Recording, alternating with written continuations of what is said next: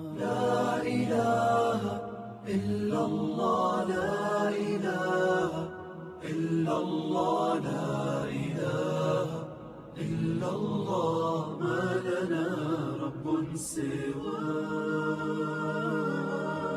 اعوذ باللہ من الشیطان الرجیم. بسم اللہ الرحمن الرحیم. توکلت علی الحی الذی لا یموت افوض امری الی اللہ ان اللہ بصیر بالعباد وما توفیقی الا باللہ.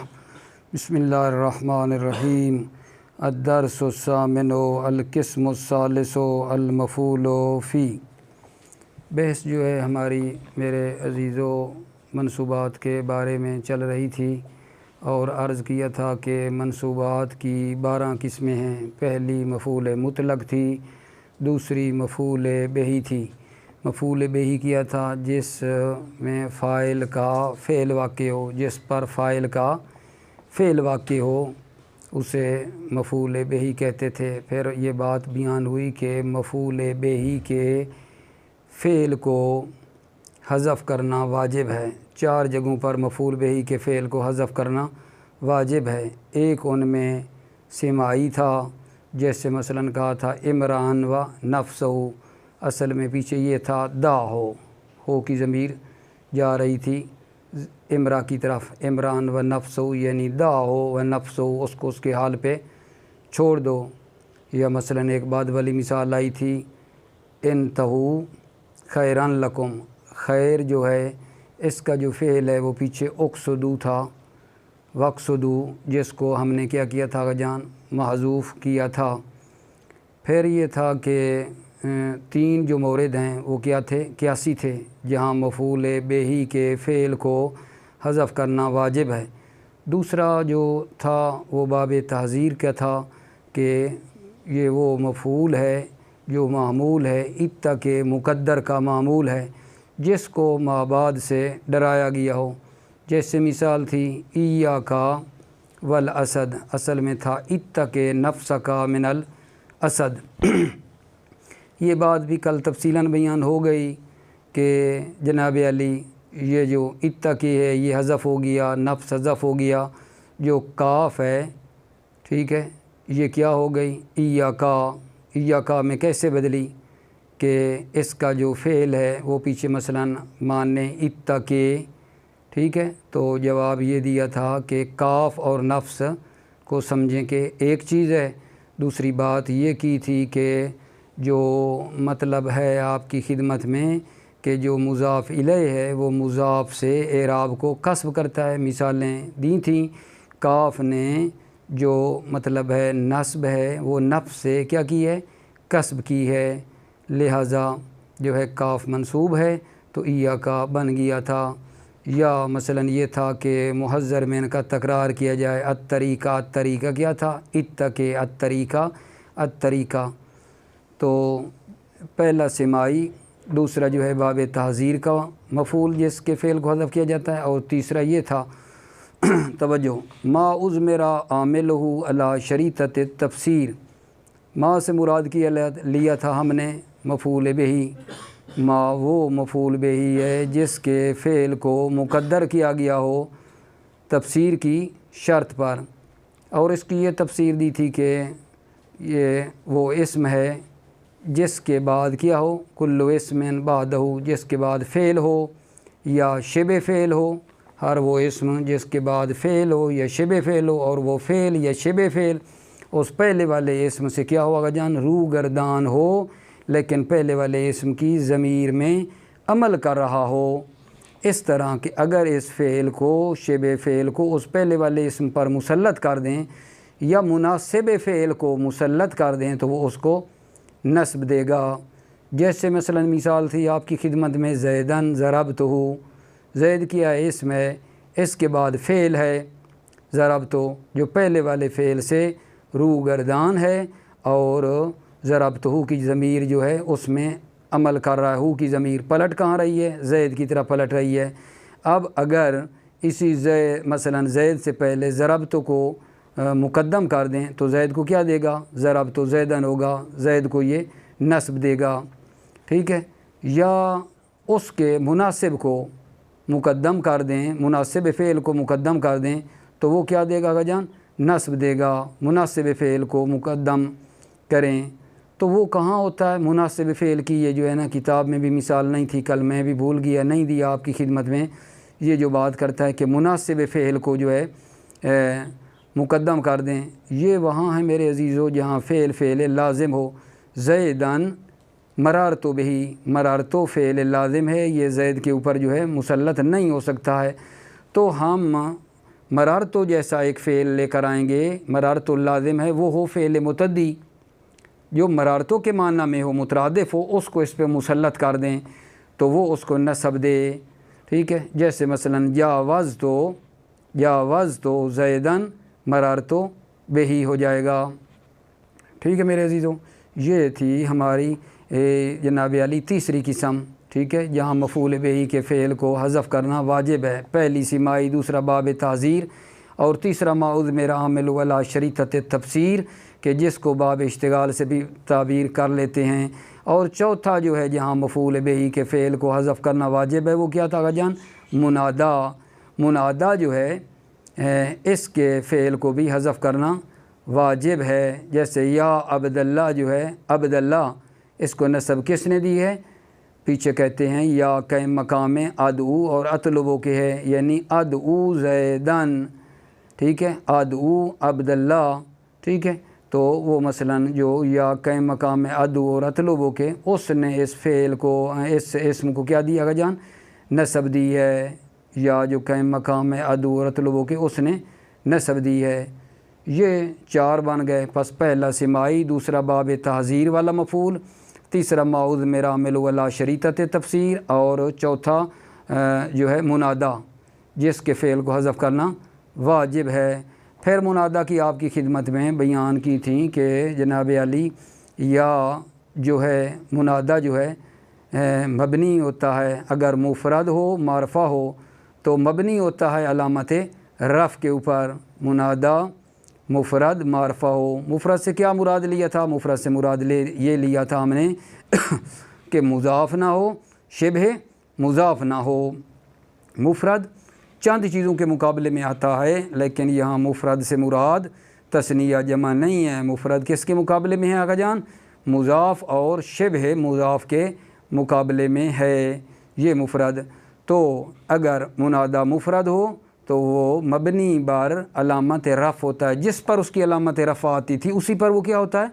مبنی ہوتا ہے، ٹھیک ہے۔ اور دوسری قسم منادا کی یہ تھی کہ منادا مضاف ہو، تیسری مثلاً تھی شبہ مضاف ہو، اور وہ جناب علی منادا یعنی نکرہ غیر معینہ ہو۔ یہ جو ہیں جناب علی منادا کیا ہوتا ہے آقا جان؟ منصوب ہوتا ہے۔ منادا جب مضاف ہو، شبہ مضاف ہو، نکرہ غیر معینہ ہو تو ان صورتوں میں منادا منصوب ہوتا ہے۔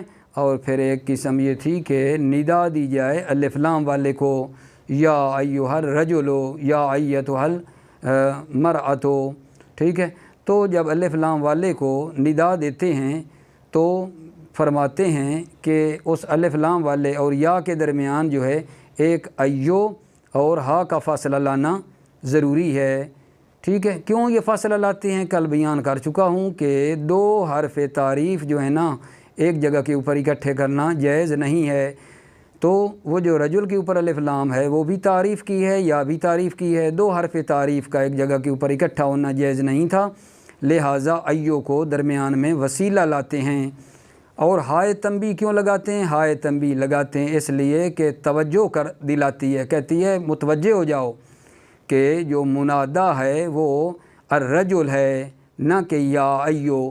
ایو ظاہراً میں لگ رہا ہے منادا ہے، لیکن ہا تنبیہ دلا کے کہتی ہے کہ ایو وسیلہ ہے، خبردار، حقیقتاً منادا جو ہے وہ الرجل ہے، ٹھیک ہے میرے بھائیوں۔ یہ بحث کی آپ کی خدمت میں۔ پھر بھلا کیا بیان کیا تھا؟ ترخیم کے بارے میں عرض کیا تھا۔ تو ترخیم کیا ہے؟ ترخیم منادا کے آخر کو حذف کرنا ہے، اور پھر یہ جو ہے یا اس منادا میں کے آخر کے ایک کلمے کو، ایک حرف کو حذف کرتے ہیں یا 2 کو حذف کر دیتے ہیں، ٹھیک ہے۔ جیسے جناب علی مثالیں بیان ہوئیں۔ اب یہ ہے کہ کیا ہماری مرضی ہے کہ بھلا جو بھی آ جائے اس کے آخر کو مطلب حذف کرتے جائیں؟ یہ بھی بیان کیا آپ کی خدمت میں کہ یہ ترخیم کی شرائط ہیں۔ مثلا ان میں سے ایک یہ ہے کہ ہم جو ہے تخفیف کی خاطر ایک حرف کو یا دو حرف کو اگر حذف کرتے ہیں تو معنی میں خرابی لازم نہ آتی ہو۔ اگر ہمارے گرانے سے معنی خراب ہوتا ہے تو پھر ترخیم وہاں جائز نہیں ہے، ٹھیک ہے۔ اور آخر میں مطلب یہ بیان ہوا تھا مندوب کا۔ مندوب کیا تھا کہ جس کے اوپر گریہ کیا جائے، جس کے اوپر جو ہے رویا جائے، اس لیے دعائے ندبہ کو ندبہ کہتے ہیں، کیونکہ امام زمان علیہ السلام کی غیبت پہ ہم کیا کرتے ہیں آقا جان؟ روتے ہیں، گریہ کرتے ہیں کہ آقا کہاں ہو، ٹھیک ہے۔ امام زمان علیہ السلام کی غیبت کے اوپر روتے ہیں، دعائے ندبہ پڑھتے ہیں، ٹھیک ہے۔ تو لہٰذا اگر کوئی آدمی مثلاً جو ہے فوت ہو جاتا ہے تو اس کے اوپر کیا کیا جائے؟ گریہ کیا جائے، رویا جائے، اظہار افسوس کیا جائے، مندوب اسے کہتے ہیں۔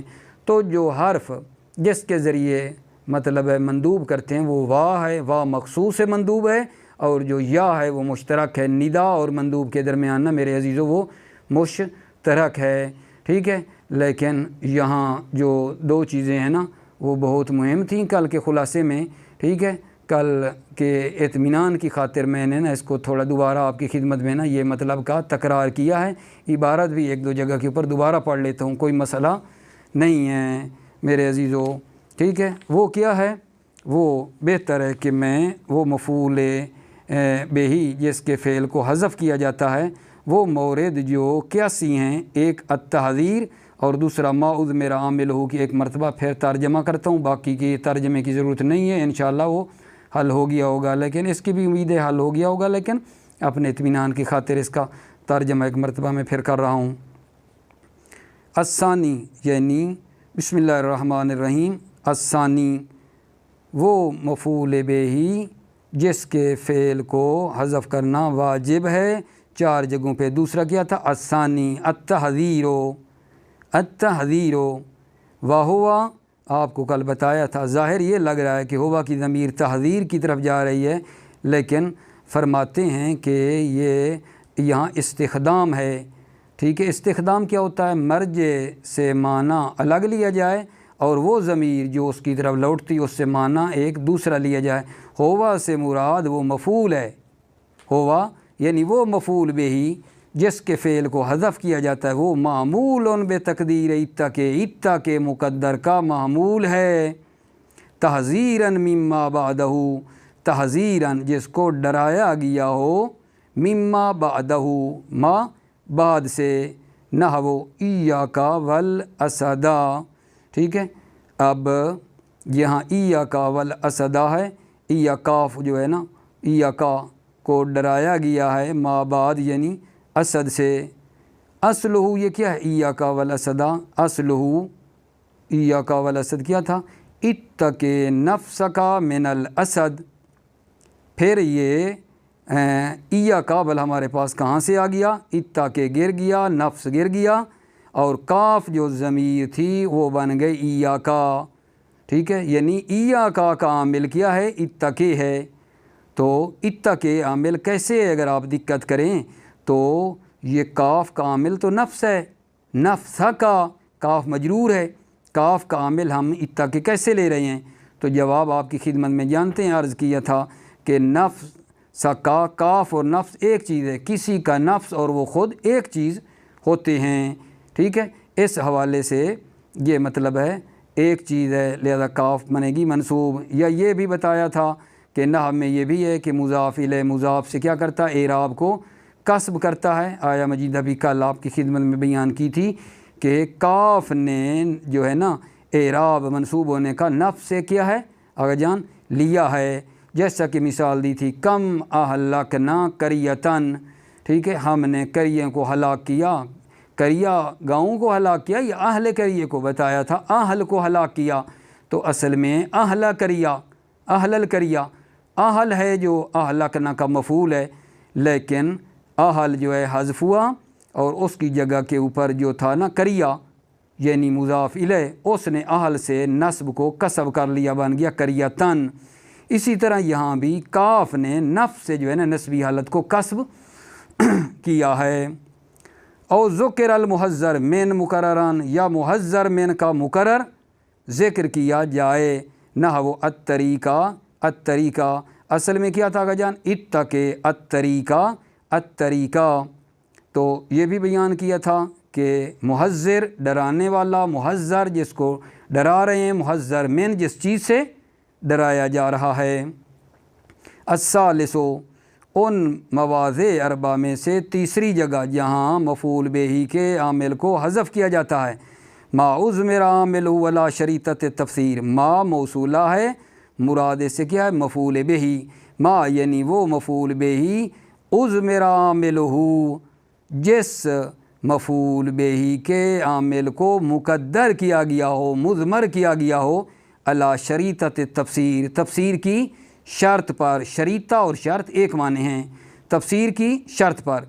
اب اس کی توضیح آ رہی ہے جی، وہوا یعنی ما اضمرا عاملہ علی شریطۃ تفسیر کیا ہے، ہوا کل اسم بعدہ فعل او شبہ فعل یشتغل ذلک الفعل عن ذلک الاسم بضمیرہ، ہر وہ اسم جس کے بعد فعل ہو یا شبہ فعل ہو، یشتغل ذلک الفعل عن ذلک الاسم، اور وہ فعل اس اسم سے روگردان ہو، کون سا اسم جو پہلے ہے، بضمیرہ اس اسم کی ضمیر میں عمل کرنے کی وجہ سے، بحیث اس حیثیت کے ساتھ، لو سلط علیہ ہوا او مناسبہ لنصبہ، اس حیثیت کے ساتھ لو سلط علیہ، لو سلط یعنی فعل یا شبہ فعل کو علیہ اس اسم پر مسلط کیا جائے، ہوا یعنی وہ کون، وہ فعل، یا او مناسبہ یا مناسب فعل کو، لنصبہ تو وہ اس اسم کو کیا دے گا جان،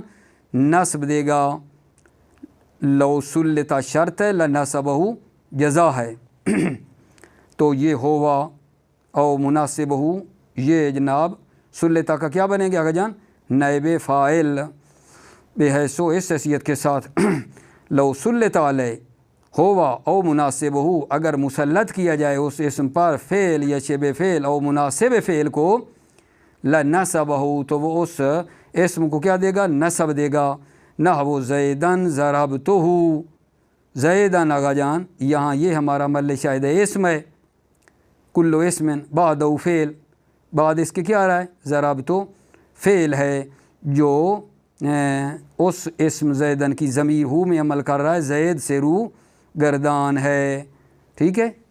فإن زیدن منصوب، پس زید کیوں آغا جان، زید منصوب ہے، بفعل معذوف، فعل معذوف کی وجہ سے، وہو ضربتہ اور وہ ضربتہ ہے، یعنی پیچھے ہے ضربتہ زیدن ضربتہ، ویفسرہ الفعل المذکور بعدہ، ویفسرہ یعنی اس ضربتہ والے فعل کی تفسیر کر رہا ہے، الفعل المذکور فعل مذکور، بعدہ جو اس کے بعد ہے، وہوا اور وہ کیا گا جان، ضربتہ اور وہ ضربتہ ہے۔ تو یہاں اس نے فعل کی تو مثال دی ہے، اس مثال کو یہاں ذکر نہیں کیا کہ جو کہا لو سلط علیہ ہوا او مناسبہ، مناسبہ کی مثال ذرا توجہ فرمائیں، مناسب فعل کو مسلط کیا جائے تو وہ نصب دے گا، اس سے مراد عرض کیا ہے کہ جب اس اسم کے بعد ہو فعل لازم، تو میرے عزیزو فعل لازم اس اسم پر مسلط نہیں ہو سکتا کیونکہ لازم ہے، لہذا اس فعل لازم کے مترادف ایک فعل جو فعل متعدی ہو وہ لائیں گے اور وہ اس پر اسم پر کیا کریں، مسلط کریں۔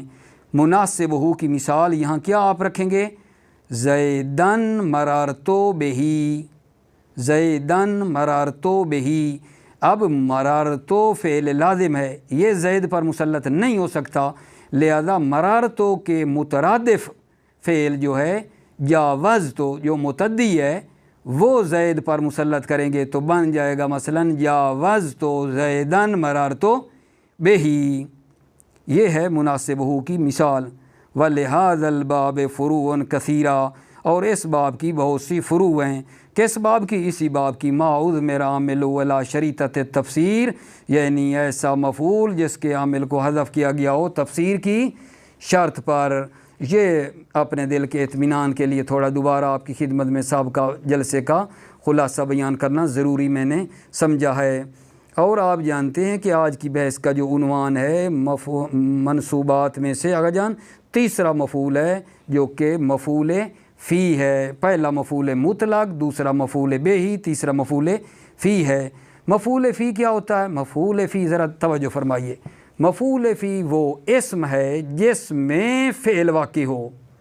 مفعول فی وہ اسم ہے جس میں فعل واقع ہو، من الزمان والمکان، زمان اور مکان میں سے۔ اور اس مفعول فی کو ظرف بھی کہا جاتا ہے آقا جان، مفعول فی کہیں ظرف کہیں، دوسرا نام ہے ظرف۔ اور ظرف کی عزیزو دو قسمیں ہوتی ہیں، ظرف زمان اور ظرف مکان۔ ظرف زمان اور ظرف مکان، ظرف زمان کی جو ہیں پھر آگے دو قسمیں ہیں، ظرف زمان مبہم، ظرف زمان محدود۔ ٹھیک ہے، ظرف زمان مبہم کیا ہوتا ہے؟ جس کی کوئی حد معین نہیں ہوتی۔ ظرف زمان مبہم وہ ہوتا ہے جس کی کوئی حد معین نہ ہو، جیسے دہر ہے زمانہ، ہین ہے وقت، کوئی معین نہیں ہے۔ ٹھیک ہے، اور ظرف زمان محدود وہ ہوتا ہے جس کی حد معین ہوتی ہے، جیسے یوم ہے، لیلہ ہے، لیلہ یعنی رات، یوم یعنی دن۔ ٹھیک ہے، تو ان کی حد کیا ہے؟ معین ہے۔ اسی طرح میرے عزیزو ظرف مکان جو ہے اس کی بھی آگے دو قسمیں ہوتی ہیں، ظرف مکان مبہم، ظرف مکان محدود۔ ظرف مکان مبہم جیسے خلف، امام، پیچھے، آگے، اس کی کوئی حد نہیں ہے۔ جلست خلفک، میں آپ کے پیچھے بیٹھا، تو میں آپ کے پیچھے، پیچھے کی کیا حد ہے؟ کتنی دیر تک؟ مثلا پہلی صف میں وہ بیٹھا ہے، دوسری میں ہے، تیسری میں، یا اسی طرح پیچھے ہٹتے جائیں آقا جان، اس کی کوئی حد نہیں ہے۔ اور ظرف مکان ہوتا ہے محدود، جس کی حد جو ہے وہ مکان کی معین ہوتی ہے۔ مثلا جلستو فی المسجد، میں مسجد میں بیٹھا، تو مکان کیا ہے آقا جان؟ محدود ہے۔ ٹھیک ہے، تو پس اب ٹوٹل کتنے بن گئے آقا جان؟ 4 قسمیں بن گئیں۔ ظرف کی 2 قسمیں بنی، ظرف زمان، ظرف مکان۔ پھر ظرف زمان کی 2 قسمیں بن گئیں، ظرف زمان محدود، ظرف زمان مبہم۔ ظرف مکان کی بھی 2 بنی، مبہم اور محدود۔ تو ان میں 3 جو ہے نا قسمیں، ظرف زمان محدود، ظرف زمان مبہم، ظرف مکان مبہم، یہ جو 3 ہیں یہ فی کے مقدر کرنے سے کیا ہوتے ہیں آقا جان؟ منصوب ہوتے ہیں۔ یہ 3 ظرف جو ہیں فی کے مقدر کرنے سے منصوب ہوتے ہیں، جو کہ میں انشاءاللہ عبارت میں آپ کی خدمت میں عرض کروں گا۔ ٹھیک ہے، اور وہ جو ظرف مکان محدود ہے اس میں جو ہے نا فی کے مقدر کرنے سے وہ منصوب نہیں ہوتا، بلکہ اس میں فی کا ذکر کرنا ضروری ہوتا ہے۔ ظرف مکان جو محدود ہے اس میں فی کا ذکر کرنا ضروری ہے۔ تو پس یعنی یہ جو 4 قسمیں بن گئیں، ظرف زمان محدود، ظرف زمان مبہم، ظرف مکان مبہم، ان 3 میں فی کو مقدر کرنے سے ظرف کیا ہوتا ہے جان؟ منصوب ہوتا ہے۔ اور ظرف مکان محدود میں فی کا ذکر کرنا جو ہے جان ضروری ہے۔ ٹھیک ہے، توجہ فرما لیں۔ بسم اللہ الرحمن الرحیم۔ الدرس الثامن، 8واں درس، القسم الثالث، تیسری قسم، المفعول فی، مفعول فی کیا ہے؟ وہو اسم ما وقع الفعل فیہ من الزمان والمکان۔ وہو مفعول فی وہ اسم ہے، ما وقع الفعل فیہ جس میں فعل واقع ہوتا ہے، من الزمان والمکان، زمان اور مکان میں سے۔ میں نا بیان کر رہا ہے ما کو، ما موصولہ ہے الذی کے معنی میں ہے، اور من بیان ما ہے۔ مفعول فی کیا ہے؟ وہ اسم ہے جس میں فعل واقع ہو زمان و مکان میں سے۔ ویسمى ظرفاً، اور مفعول فی کو ظرف کا نام دیا جاتا ہے۔ و ظرف الزمان علی قسمین، ظرف زمان کی دو قسمیں ہیں۔ ظرف الزمان مضاف الیہ مل کر بناؤ مبتدا، علی قسمین خبر۔ ظرف زمان کی دو قسمیں ہیں، مبہم یہ خبر ہے مبتدا معذوف کی، یعنی احدہما، ان میں سے ایک کیا ہے؟ مبہم ہے۔ اگر جان مبہم کیا ہوتا ہے؟ وَهُوَ مَا لَا يَكُونُ لَهُ حَدٌّ مُعَيَّنٌ، ظرف زمان مبہم وہ ہے ما لا یکون لہ حد معین، جس کی کوئی حد معین نہیں ہوتی۔ کا دہرن و ہین، جیسے دہر زمانہ ہے، ہین وقت ہے، نہ کوئی زمانے کی حد ہے نہ کوئی وقت کی حد ہے۔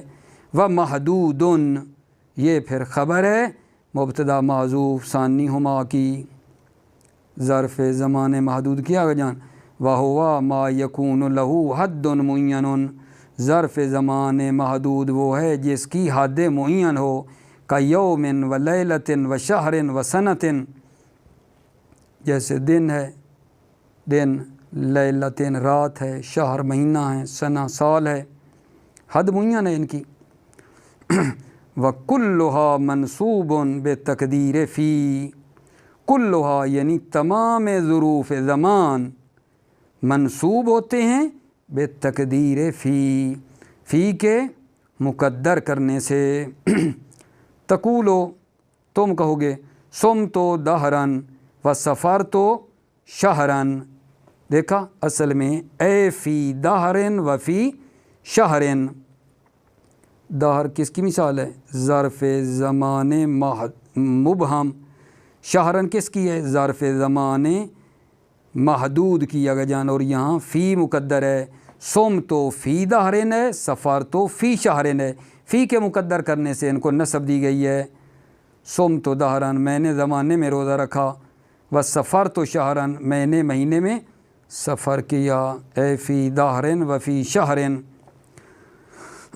و ظروف المکان کذالک مبہم، پھر آئے گا و محدود، ظروف المکان نے پھر مضاف الیہ مل کر بنے گا مبتدا، کذالک کا کیا آئے گا جان؟ جار مجرور خبر، ظروف المکان کذالک، ظروف مکان بھی اسی طرح ہیں، یعنی مبہم ہوتا ہے اور محدود۔ مبہم کیا ہے؟ مکان مبہم، ٹھیک ہے۔ وَهُوَ منصوب ایضاً، ظرف مکان مبہم منصوب ہوتا ہے یہ بھی، ایضاً بھی کیوں کہا؟ جس طرح ظرف زمان مبہم اور محدود منصوب ہوتا ہے، یہ ظرف مکان مبہم بھی منصوب ہوتا ہے۔ نحو جیسے جلستو خلفکا، میں آپ کے پیچھے بیٹھا، تو پیچھے کی کوئی حد ہے آگا جان؟ کوئی حد نہیں ہے، پتہ پہلی صاحب میں ہے، دوسری میں ہے، تیسری میں ہے، چوتھی میں ہے، کوئی پتہ نہیں ہے، تا ہاتھ پیچھے چلے جائیں۔ و امامکا جلستو امامکا، میں آپ کے آگے بیٹھا، آگے کی بھی کوئی حد نہیں ہے۔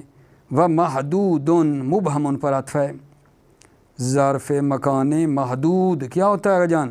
وَهُوَ مَا لَا يَكُونُ مَنْصُوبًا بِتَقْدِيرِ فِي، محدود جو ہے وہ منصوب نہیں ہوتا ہے فی کے مقدر کرنے سے۔ بل لا بد من ذکر فی، بلکہ فی کا ذکر کرنا ضروری ہے۔ نحو جلست فی الدار، ٹھیک ہے، لہذا فی کا ذکر کرنا ضروری ہے کیونکہ مکان محدود ہے۔ میں گھر میں بیٹھا، و فی السوق، میں بازار میں بیٹھا، جلست فی السوق، و جلست فی المسجد، میں مسجد میں بیٹھا۔ القسم الرابع المفعول لہ، اگر جان منصوبات کی چوتھی قسم کیا ہے؟ مفعول لا ہے۔ مفعول لا کیا ہوتا ہے؟ مفعول لاہ وہ اسم ہے جس کی خاطر پہلے والا فعل جو ہے وہ واقع ہوتا ہے۔ مفعول لاہ وہ اسم ہے جس کی خاطر فعل مذکور یعنی جو پہلے والا فعل ہے وہ واقع ہوتا ہے، اور مفعول لاہ منصوب ہوتا ہے لام کے مقدر کرنے سے، جیسے جناب عالی ہے ضربتہ تعدیباً، یا مثلا دوسری مثال ہے قعدت عن الحرب حرب جبنن، ٹھیک ہے۔ یہاں تعدیباً اور جبنن مفعول لا ہے، انہی کی خاطر پہلے والا جو فعل ہے وہ واقع ہوا ہے، تعدیباً کی خاطر ضربت واقع ہوا ہے، ٹھیک ہے۔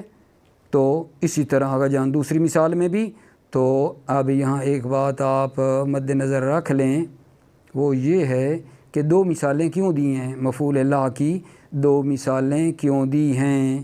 دو مثالیں اس لیے دی ہیں کہ مفعول لاہ جو ہے نا، کبھی ایسا ہوتا ہے کہ فعل کے بعد وہ آ جاتا ہے، پہلے فعل واقع ہوتا ہے بعد میں مفعول لاہ حاصل ہوتا ہے، اور کبھی کبھی ایسا ہوتا ہے مفعول لاہ پہلے ہوتا ہے بعد میں وہ فعل ہوتا ہے، ٹھیک ہے؟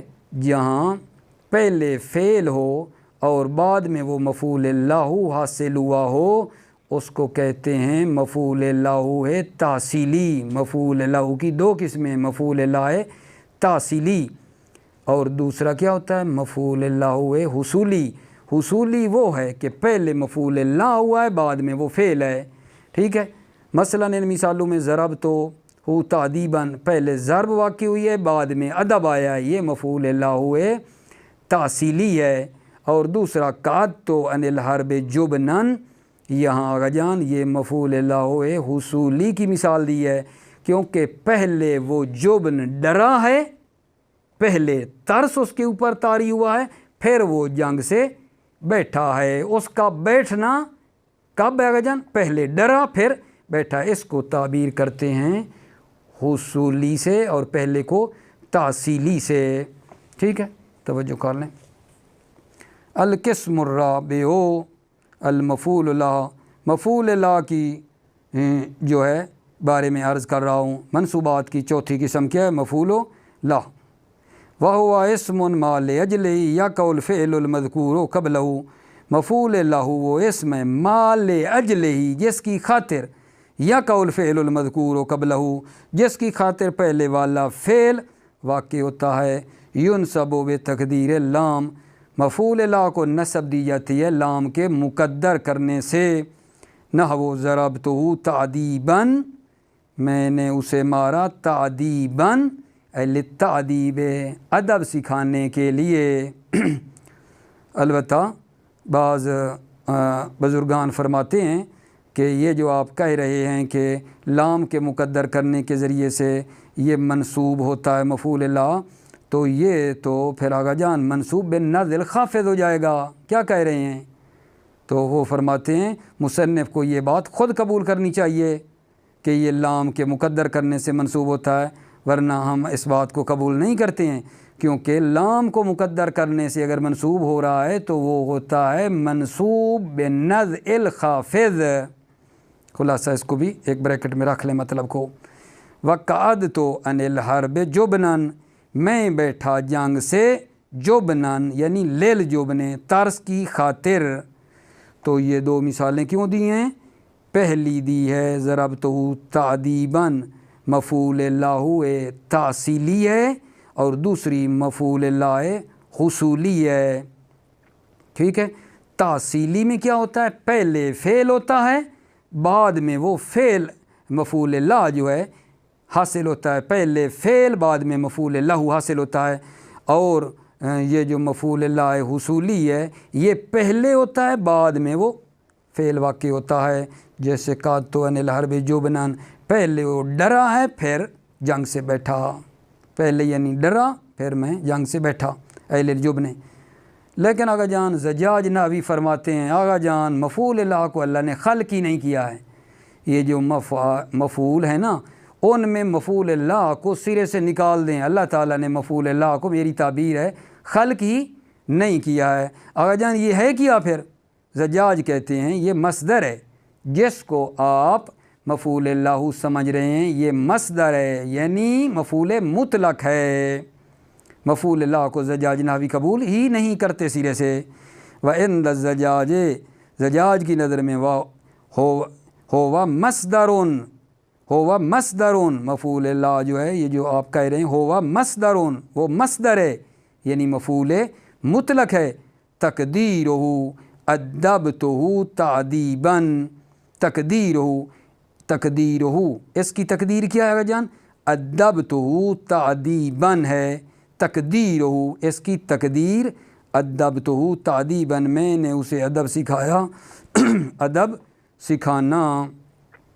اسی پہ اپنی بات کو روکتا ہوں اور انشاءاللہ باقی بحث کو ادامہ دیں گے۔